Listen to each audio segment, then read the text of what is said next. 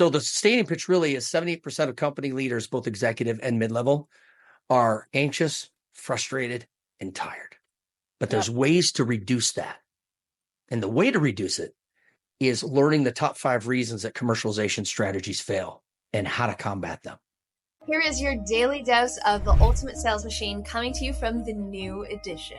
Visit ultimatesalesmachine.com to get your copy or multiple copies. I am your host, Amanda Holmes, CEO of Chet Holmes International. What you're about to learn has assisted 250,000 businesses to generate billions of dollars, working faster, better, smarter. Welcome, everybody. Amanda Holmes here, CEO of Chet Holmes International, and you are on the CEO Mastery Show. This week, I have with me Craig Ingram, who is a 26-year-old veteran in the med tech and health tech industries. He's brought products to patient care facilities across the United States and hospitals. We're going to talk about some of the case studies of some of the companies he's been a part of, the successes, the failures. He's been voted the Salesman of the Year multiple years. He's been rehired by CEOs over and over again because he is just that living, breathing superstar. And he has shone so bright in our Ultimate Sales Machine Dojo. I said, Craig, will you just come on to our podcast? I'd love to have you. So I'm so glad to have you on today, Craig. I'm super excited because podcasts are fun, but I'm a huge fan of Chet Holmes International, both you and your dad. And honestly, even an old dog like me, who's been in my industry for 26 years at 49 years old, I still am learning and trying to incorporate the foundations and the fundamentals and the basics, because no person can remember it all. And I know I can't. So that is why I think I'm part of your dojo. And that's why I'm constantly making sure that I'm getting reinforced what's easy to forget. Well, and that's also a key characteristic of superstars. They are perpetually looking to learn. It is only 10% of the population, whereas 90% are just after high school. They never look for more education. They're never looking at continual education. Hence why only 0.04% of colleges in the United States have sales as a major or minor. We're lacking that. I also pulled up a statistic from last week saying that 74% of sales reps fail. We just don't have enough to support sales. And right now, with 84% of buyers pulling back on purchasing because they just don't have the money, there's a lot of people struggling in the marketplace right now. There's a lot of people that are feeling overwhelmed. Burnout is at an all-time high. I was actually looking at suicide rates because it's so intense. And what I saw was that from 2000 to 2018, we saw an increase in suicide rates. And then from 2018 to 2020, we actually got a little bit better. It did dip down. And then as soon as 2020 came, we went up again. And from 2000 to today, we're at an all-time high in history for amount of suicide. So burnout obviously is just one version of it. We're also seeing an increase in chronic illnesses because of the amount of burnout that we're experiencing. So people are just tired. So I thought it would be great. I'm going to just break down for everybody listening this 4-part framework. My father had 12 steps, and I just had to boil it down to just 4 simple steps that could either make or break your go-to-market strategy. It's the reason why so many people are wasting money. It's the reason why 40% of companies are not making money. Can you imagine that 60% of companies either break even or make money, 40% actually lose money? Did you know that it's that high, Craig?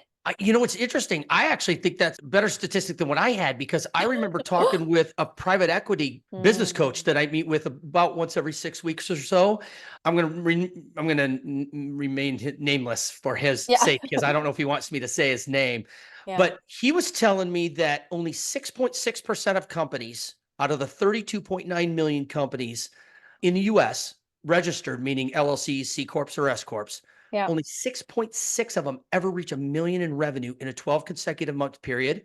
Only 4.1% of the 6.6% that do make it to $1 million ever make it to 10 million. And 40% are profitable. So your statistics are actually a little bit better than the ones I taught. So I would rather have your statistics, you know what I mean? Because 40% being profitable is obviously worse than 60% being profitable. But either way, bottom line is, even if you average it out, the cards are stacked against us to succeed in business. Yep. Yep. And I love what you were saying there. I would love to get that study because I've continually keep trying to find what percentage of companies make it to 1 million, Yeah. make it to 5, make it to 10. And this one particular study that studied SaaS companies that opened from 2005 to 2022, those that got backed, venture backed, and made 3 million in venture backed funds, only 1% of them made it to the $100 million mark. And what this study found from analyzing the 13,000 that got venture backed and then the 238 that made it to 100 million was that the path to growth is discontinuous. So when you're trying to get to 1 million, it's just, do I have product market fit? Then once you get to 1 million, majority don't make it to 3 because they have to get past founder-led sales. How do we actually get somebody into here that can sell besides just the CEO? Then from 3 million to 10 million, it's how do I get a go-to-market strategy that I can actually put some acceleration behind and grow? But then the 10 to 100 million, it's really that they don't have a repeatable go-to-market strategy.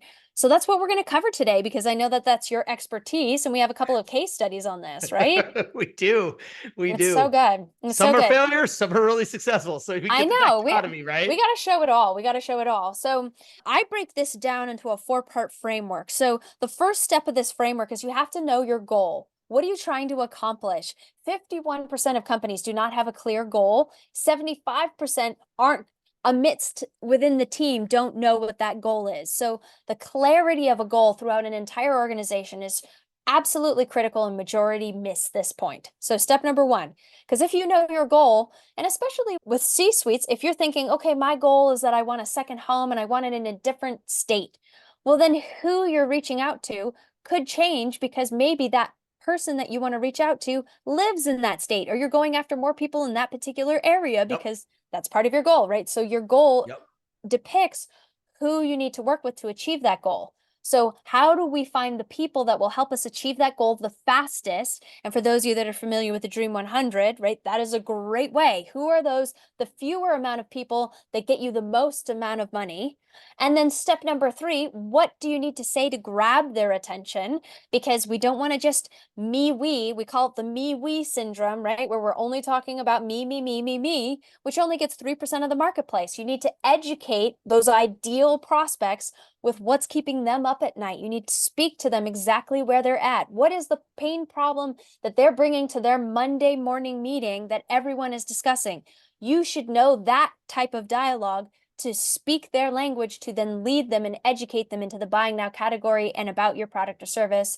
To then number 4, where do you need to say this information? Where do you need to deploy to get them to take action and to really create a high ROI? Because so many people are wasting money on what they're doing with their marketing and sales efforts. So what's your goal?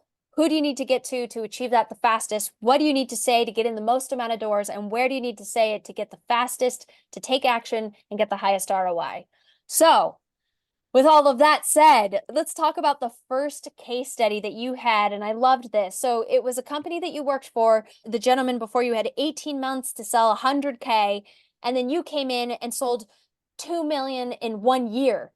So obviously, roughly, just a little hair over 1 year. Yeah, basically there was a gentleman who was a national sales director before me. He was there for somewhere around 16 to 18 months. I didn't get the full details, and I should have asked more detail, but I just didn't. And so around 18 months he was there, and he only sold around 125,000 in total revenue, and they were using distributors. And the CEO was looking for somebody that really knew how to build a field sales organization, but they couldn't afford somebody in the mid 200s. So they've got somebody like me that came from a Fortune 500 company, Johnson & Johnson, being a startup division from J&J. And then I went to an actual venture capital-based startup company, and then we got bought by J&J. And of course, they didn't want us back. So what happened was I ended up going to this startup company because I was more affordable to them. And it was an opportunity for me to have a national sales director, sales manager title and responsibilities to show what I could do. Right. So what I did was I literally made a clean slate. And so we ended up getting some funding, and I had a hybrid sales force. So I managed distributors, stocking distributors, and I had a handful of direct employee sales representatives too. Their goal was an exit strategy, right? Successful exit. But when you're only selling less than 150 to 200,000 a year, nobody's going to want Yeah, you, right? Because the proof of absolutely. concept's not there that people want it. Yep. Well, after I was able to completely put a whole new sales training program together to teach the reps what to say, how to say it, what are the competitors, what's their disadvantages, what's their advantages, I made them understand that knowing your competitors better than possibly your own product will allow you to ask more effective questions that will get the potential customer to rationalize why they should use your product or service. It Mm. worked. It did really work. CEO was happy, the founder was happy, and they ended up selling that company to Stryker Endoscopy. So basically, we sold ourselves without a job because they didn't want middle and senior management when they bought us, right? It was a really good situation. And so that CEO is happy and still one of my references. And we did it on a smaller scale. And I Mm. look back and go, if it doesn't work small, it won't work large, no matter how much Yeah. investment money you get. And Yeah. we made it work small to go literally from around 100 grand, 120 grand up to almost 2 million in a year and 4 months. And because of that, we got on the radar and they wanted our technology. So it sounds like what I'm taking away is that it was more around the messaging. Did you have to change who you were reaching out to, or was it the same as what the gentleman was before you? Yeah, really, really good question. It actually was the same target market. It was Okay. laparoscopic surgeons who Mm. worked at hospitals and surgery centers that were looking for a technology that gave a little bit less risk of an adverse event. Mm. Oh, so you're selling more like insurance, like just in Kinda, case this yeah. goes bad. Yeah. There was Okay. a little bit less risk of patient injury with this product. Still had patient injury, just like the other technologies, but it was less risky because of the safety mechanisms of this laparoscopic surgical technology. So tell me a little bit about understanding these surgeons, but you weren't selling to the surgeon, you were selling to the hospital that was buying it. Correct. But you had to have the surgeons request the technology Oh because the gosh, hospitals wouldn't see you. what a So we had frustrating thing. so it was like, it was very weird, right? So we would bombard these general surgeons, urology surgeons, bariatric surgeons, gynecology surgeons that were doing laparoscopic abdominal surgery and Okay. saying, here's a new technology. Here's why you want to evaluate it, if you would. And Hmm. here's what it brings to you compared to what you're using now. It's not Mm. what you're using now is bad. This is just an advancement in technology. And here are the reasons why. Wow. And so because How of did you? that, then they would go to the hospital and Okay. work the process in the hospital Jeez. for us. Because if we went to the hospital, we would immediately be told, you're not on contract, you're not one of our priority vendors, we're not interested. But when the surgeons do it, it lets the hospital personnel know that they really want to evaluate it because they're the ones malpractice is on the line. And is that a normal process in your industry to go to the surgeons first to get the buy-in to then go to purchasing? Okay. 100% yes. Fascinating. And then how did you reach out to them? Was it just cold calling? Was it showing up to the hospital? It's a multi-prong approach, right? And so I didn't know that I was pretty decent at marketing at this time, to be cruelly honest with you, because I never had any formal marketing experience. Okay. Coming from a Fortune 500 and then going directly to the antithesis of it, which is a startup venture Right. capital-based company, you can't get more polar, North Pole, South Pole, polar opposites, Okay. right? Funny. And what I found out is that the bland marketing just blended in with everyone else. Mm, And so I went to our marketing director and said, listen, I know I'm not in marketing. I know I'm kind of encroaching on your space here, but here's some ideas I want you to think through. mm, And so I gave him a bunch of uncommon actions and strategies and ideas to be the neon green fish in a silver fish mm, lake, right? Because we can mm, either be in an ocean of sameness or a lake of distinction. And so mm. because of that, I was like, wow. So she started making some ideas and would come back to me and be like, what do you think about this based on your idea? And I'd be like, yeah, let's give it a shot. And they started working. So then our reps then would go directly to the physician's offices, literally show up, Yep. ask for a meeting for the future, or see if they had like 4 to 6 minutes in between patients, Mm. right? Sometimes we would get in right then, and sometimes they would be like, oh, can you come at breakfast time, or can you bring us a lunch, or can you do this? Even though I'm so anti lunch and anti bringing in food, but it is what it is. It's just the nature of the beast. And you sit down with them, you have a sandwich or like bagels and orange juice or something, and you just start talking to them for 4 to 6 minutes because that's all you're going to get. Wow. And so your message has to be right on to Mhm. hook, to get them. I call it, people call it hunting and fishing. I call it in a way fishing, because you're going to have a lot of fishing poles in the water, and you got to Mhm. figure out what bait magnetizes them in to bite on the hook. I love that. Okay, so let's jump to the next case study, unless you want to add anything else to this one. No, I think it's great. things just Yeah. really worked out. And I was like, wow, this is either really luck, or maybe I've got some success. Like maybe I really understand this well. And in all fairness, I think being part of a Fortune 500, seeing what doesn't work there and what does work there, and then going to a venture capital based company before this case study that we're talking about to see what works and doesn't work there, knowing what not to do, in my opinion, gives you more of a trampoline opportunity to know what to do. Absolutely. So the biggest takeaway that I heard from what you said is that the messaging was off to these influencers that would then give to the person that would decide to buy. So 100%. really have to make sure that you have that product market fit messaging, which segues to the next, a failure in telemedicine. So please tell me, because right, we learn a lot from our success, but we learn a whole lot more from the failures. You So do. what happened there? Tell me a little bit about the Well, it's the telemedicine bumps company. you climb on, right? You can't climb on smooth surfaces. So the failures are our bumps. So I recently came out of a telemedicine company that has an amazing product service Okay. that they're selling. Okay. In fact, I really truly believe, even to this day that I'm no longer there, every single hospital should have this service, because it really does transform patient outcomes and patient healthcare. It just does.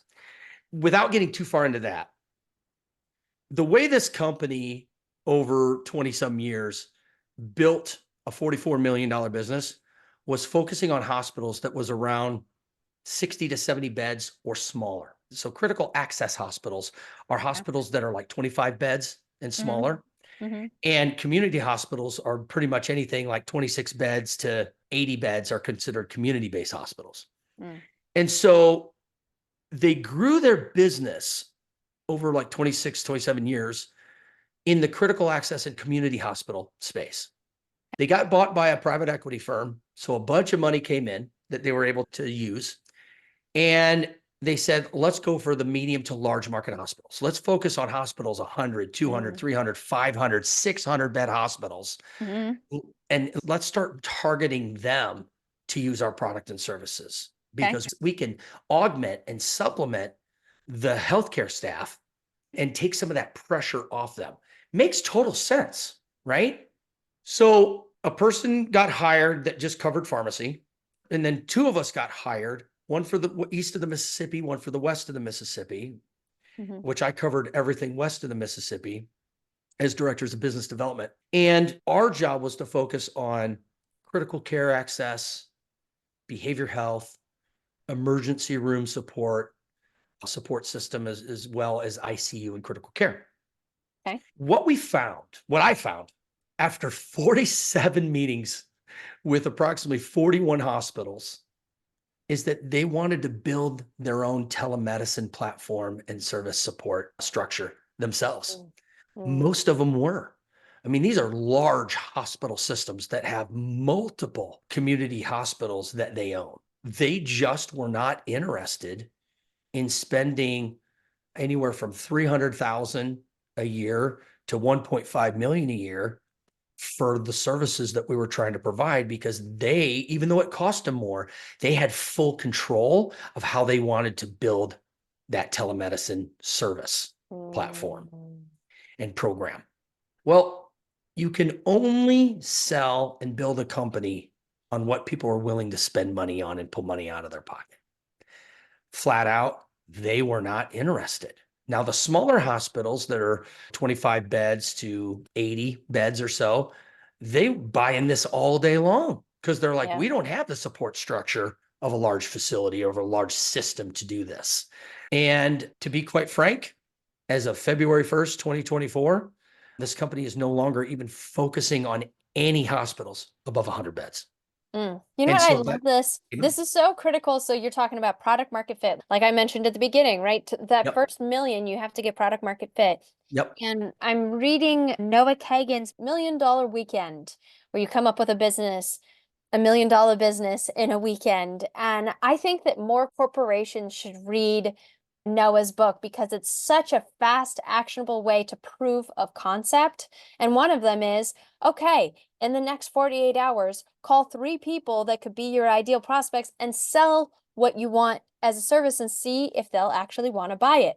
And if Right. they don't, probably not an idea. And yet corporations all day, every day will hire a ton of staff, build out a whole system to sell something that they had to spend so much time and energy building, and they don't even know if there's demand for it in the marketplace. So the next time you have an idea, those of you that are listening, that you want to try something new, before building it all out, ask the person that would potentially buy it if they'd be interested in it. If they don't build it.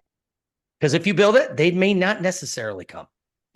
Yeah, right. I Market love that. research is critical. Critical. Okay, and then that takes me to the next, which is what you're doing now, consulting now for medical tech and health tech companies. And can you define Yep. for others that are not in those industries what they are, just for those that are listening, because I liked your definition of them. Yeah. So med tech would be more medical devices, whether it's surgical, diagnostic, or therapeutic. Mm. Health tech would be more on the digital healthcare side, your software, your telemedicine, right? Mhm. Where it's service and software and platforms, that would be more of your healthcare technology. So I know that you've been going through the dojo and reading Ultimate Sales Machine, and we call it a stadium pitch, but I loved what you were saying there. Yeah. And I've got it right open I to love it. Yes. So can you share with us what I loved what you were saying about your education for the marketplace? Talk to us about your stadium pitch. Yeah, it's interesting, right? Because my stadium pitch is, and I've got a program going on right now on LinkedIn, and my stadium pitch is, and I'm going to read it. Yeah. 78% of company leaders, whether executive or mid-level, are severely full of anxiety. They're very frustrated, which can lead to irritability to one another in the workplace, and they're extremely exhausted. And it is humanly impossible not to bring those feelings and repercussions of those feelings into our home. So the stadium pitch really is 78% of company leaders, both executive and mid-level, are anxious, frustrated, and tired. But there's Yep. ways to reduce that. And the way to reduce it is learning the top 5 reasons that commercialization strategies fail and how to combat them. And for those of you that aren't familiar, commercialization is like go-to-market strategy, right? And Correct. as you've done for the last 26 years, helping companies go to market, I would love to know the 5 things because I also have 6 things that are holding companies back from go-to-market strategy.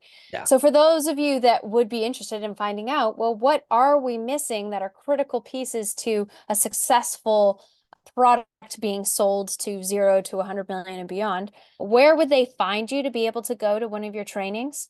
They can get a hold of LinkedIn, me right on LinkedIn, Craig T. Ingram, or they can get on medicalsalesgrowth.com. And when it comes to knowing what the 5 reasons that commercialization strategies fail, most people, no matter what income level they're at, no matter what level of business they're at, they really don't know what are the 10 components that make up commercialization. And so in order to know what not to do, you have to know what to do or vice versa. And I think it's more vice versa.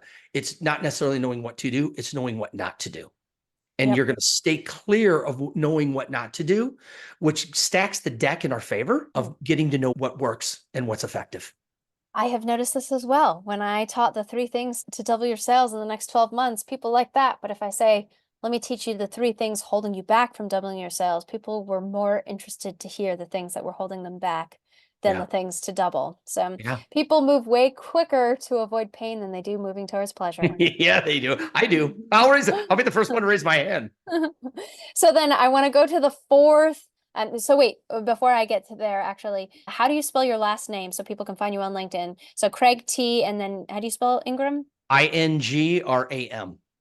Perfect. So Yep. go And they ahead can and just find get on Craig. medical sales rep or medicalsalesgrowth.com. That's just super simple to remember as well. Okay, medicalsalesgrowth.com. Okay. And then I loved your fourth story, which you had shared in the dojo, which I think we actually did also share in our dojo in one of our past recordings. But that fourth step of that four-part framework is, where do you need to say the information to get people to take action, for them to actually see it? And you had a successful LinkedIn post go viral. Can you share about that? I did. I'm still kind of, this is only literally like 8 days old, or no, 9 Yeah. days old now. So a week and a half ago, I so I was on stage. I was talking to, I was nervous as heck. I will not joke. Mhm. There were 23 people in there that were literal liquid net worth billionaires. I'm glad Oh. I didn't know that till afterwards, because I really don't know if I would have made it, like survived on stage. I mean, they would have been like, this guy's a clown, right? Because I'd have been so nervous. But it is intimidating speaking to people who literally can write a check for $1 billion and it not bounce. Like, that is extremely intimidating,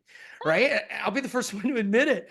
Yeah. Again, I'm glad I did it. I learned about that afterwards. However, I talked about effective hiring, and people want to know why they have trouble hiring. It's because they use the same questions that are, quite frankly, ineffective and just dumb. It doesn't lead to anything. So I did a speech on how to hire effectively from a sales standpoint. And I had a gentleman splice that video and add some emojis and things to it. I just loaded it up on LinkedIn. And literally, I'm going to look right now. As of right now, it's 101,624 impressions. Whew.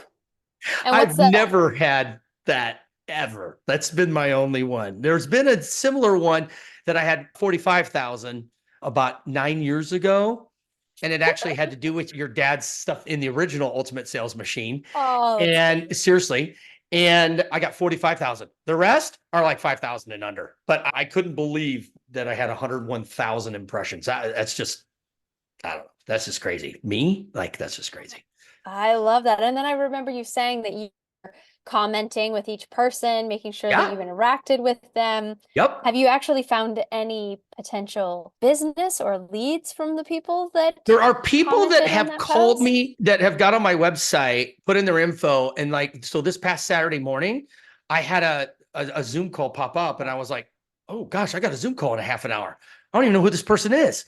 Got on, I'm like, hello, and they're like, oh yes, I saw your video, and so I got on your website, and I thought I'd talk to you. So yeah, I mean, there's definitely people that are reaching out, All right? right. And they could pay now or pay later. And if you wait to find the gaps on how to commercialize effectively, you're going to pay later, and it's not going to be good, right? It's either going to be more because you got to go back and fix stuff. I always say it's cheaper to pay now, prevent as best as humanly possible the hiccups and the gaps that you have to prevent those from happening.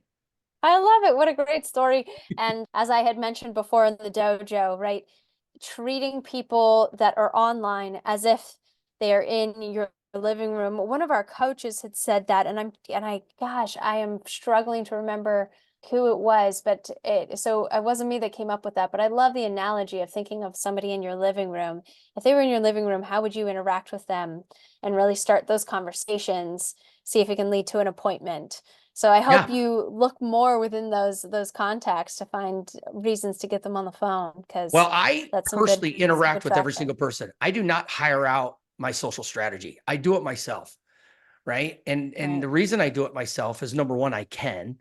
Number two, I can do it still while I'm somewhat small, right? As a Mhm. solopreneur. I've got other people that are interested, and other people that I partner with around the world. One of my business partners is out of Rome, and he's done all his stuff, but he's growing big. And so now we're thinking about putting what he's doing and what I'm doing all under my company, International Commercialization Growth Partners, and doing that together and keeping the social media personal as long as we Mhm. humanly can. Yeah, it really makes a huge difference. I know just with email alone, if you personalize your emails, your conversion rates increase by 14%, which an email could make a huge difference. I'm telling you, But I got an example of that real quick. oh, okay. So in September 2020, I had 576 people on LinkedIn that were first line contacts. Okay. I now have 12,441 contacts as of right now. That was all done by me making a personalized 2-sentence message asking people to connect on LinkedIn. And now I went from 576 to over 12,000 Wow. since great. September 2020. And we're in what? March of 2024. So in I love 4.5 that. years. Yeah. And in our last few moments, I'm just curious, you've been a part of the dojo. And as some of you know, we go through just 1 hour a week and we work on the ultimate sales machine, helping you craft your ultimate sales machine. Can you give some feedback to others that maybe would think about joining the dojo? What's been your experience? I should have done this sooner, to be quite frank with you. There's theory and there's reality and practicality. I do not like theory. I know we need to have it, but I even question, do we really need to have it? But according to growing up in school and the way we've been educated, we probably do need it. But practicality is where it's at, right? I've probably spent 140-ish thousand realistically in 6 years in business coaching. And people look at me and like, are you kidding me? Why would you spend that much? I will never get a negative ROI by making myself more effective. Business coaching makes you more effective, bar none. I should have been part of it sooner. I literally could do it 3 times a week for an hour. And I'm not exaggerating. I would book my schedule around 3 hours a week on the dojo because I can never hear what I already know enough because it reinforces what I need to remember. I just can't remember everything. And so I've got to constantly remind myself what I'm doing, right? How am I doing it? Why am I doing it? What's the tonality? Am I making sense? And having other people who are more effective in certain situations and business principles than I am, I need that input, right? And so it's kind of like, I love this analogy. And I just had somebody say to me, they're going to make me a marketing piece for this. And it's like, I'll just use commercialization. Commercialization is one of the most critical portions of a business because without effective commercialization, all companies die, right? Commercialization is your forest. The 10 components of commercialization are individual trees. So there's 10 trees that make up the forest. Everybody that is in a company can only see the trees. You have to have somebody from outside to be able to look at the whole forest and to find the gaps because you can't do it on the ground looking at the trees. So you have to have fresh eyes, fresh perspective. The dojo is a way to get fresh perspective of people in the helicopter looking at your whole forest. And no matter who we are, we on the ground can only see the trees that are in our forest. We don't have the capability, no matter what level we are, CEO all the way down to a new associate that just graduated from college. We don't have the ability to see the forest because we're too in love with our product. We're too in love with our service. We have biases. We think it needs to be done this way. We have to be coachable enough to spend a little bit of money to bring an outside person in who's demonstrated that they are obsessed, and in my view, obsessed with commercialization. So good. I've been having a lot of fun. So 1 week I'll do a training based around Ultimate Sales Machine. Next week we'll do more of a breakout where we break out into smaller groups and then everybody shares their specific problems that they're facing and we mastermind them in smaller groups. And we're finally getting to a point where people are really opening up and sharing a lot more about what's going on in their world so that they can get very actionable advice. Like for you, when you were pulling up a graphic for one of your trainings and we just went super detailed into how to make a visual pop. Because majority of I don't have all the know answers. how. I have to have input. And you and Troy and other people, Jerry, you guys can see things. Again, I'm in my own forest. I can't see the whole forest, but you guys can because you're not in it, right? Yeah, it's helpful. So I'm actually doing what I'm telling CEOs and C-level executives of companies why they should bring me into their company. I'm actually doing what I'm telling them to do. I'm doing with you guys. I love it. So if you want to connect with Craig and his other 12,000 followers, you can go on LinkedIn to Craig T. Ingram, Ingram, and go say hello. He's a wonderful human being, always brings 150%. I can definitely say that from watching him week after week. if nobody has anything to say, Craig always has something to say. You may And not it's like usually- it, but I and do have it's something to it's say. usually great. It's usually very insightful and helpful, and you play full out, and that's what we need, more people that play full out, especially right funny. now with what's going on in the economy, and there's a lot of people that are really burned out. So Yeah, I'll tell you, man, I energetic, mean what fun I to get say it. and I say what I mean. Your program is not only worth every bit of money, but this is probably going to be hard for some people to hear, but I'll say it to myself. There's foolishness and there's wisdom. Wisdom is the proper use of intelligence. Foolishness is the improper useness of intelligence. Mm, And I've been foolish many times by not getting outside coaching. mm, And finally, 6 years ago, I made that choice to change. And you guys have been part of this coaching existence.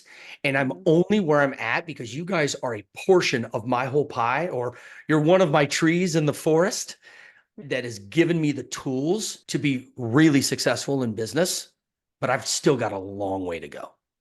Well, I appreciate that. For those that want to sign up for the dojo, if you go to chetholmes.com, you click on that solutions bar and they'll show up all the things, but dojo will be in there. So chetholmes.com, go to the solutions page, and I'd love to see you to join the dojo along with Craig T. Ingram, the crowd goes wild. Thank I'll you, be Craig, for your there. time today. It was so much fun. Yeah, I love it. This is great. And I'm just thankful for you and Troy and Jerry and building a real relationship. You know what I mean? Where we put all 52 cards face up, and loyalty is a huge thing with me, but I think it starts with me first. And that's what I try to bring to every single person. I appreciate that. Well, until the next episode, goodbye, everybody. Make sure to get your copy or copies at theultimatesalesmachine.com. There's a lot of special bonuses that you can't get going to Amazon, so make sure you check it out at ultimatesalesmachine.com.